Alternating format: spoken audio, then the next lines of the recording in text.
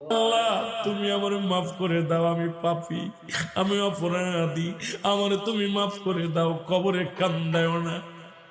আল্লাহ মানুষের প্রথম বিপদ হলো মরণ, দ্বিতীয় বিপদ হলো কবর, তৃতীয় বিপদ হলো কিয়ামতের ময়দান।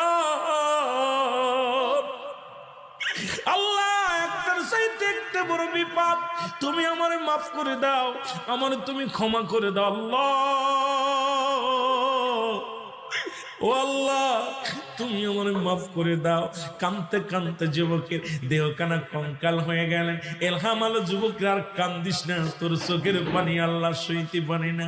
যিনি আসমান জমিনের মালিক, এই ভূখণ্ডের মালিক, যিনি চূর্ণ বিচ্ছিন্ন করে দিবে জমিনটা, আল্লাহ বলে কুল্লু মান আলাইহা